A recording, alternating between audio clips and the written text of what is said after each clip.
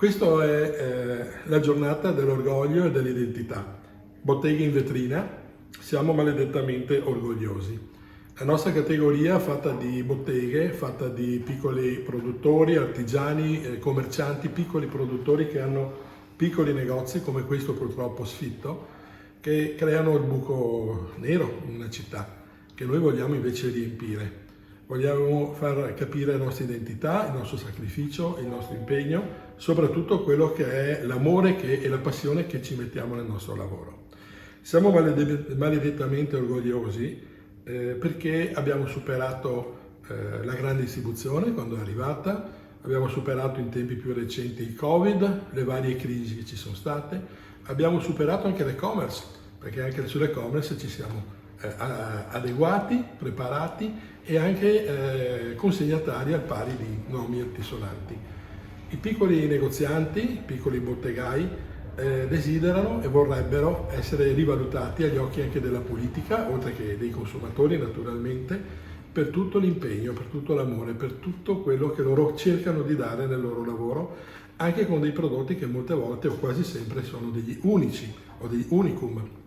Perché pensiamo a un panettiere, che ogni panettiere fa il suo pane, ogni panettiere ha la sua ricetta e poi il consumatore decide a quale andare.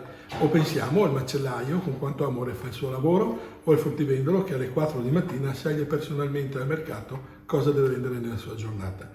Tutte le categorie merceologiche hanno una grande storia, hanno tanto da raccontare e desideriamo con questa giornata, con questo appuntamento che avremo mercoledì prossimo al Teatro di Castelfranco, di farci conoscere, farci rivedere. Ci siamo, vogliamo ribadire il nostro impegno e farvelo conoscere una volta in più. Grazie. Bottega, mestiere e passione. Argomenti discussi oggi in questa conferenza stampa di lancio per l'evento bellissimo che raccomando di mercoledì 20 al Teatro Accademico di Castelfranco Veneto.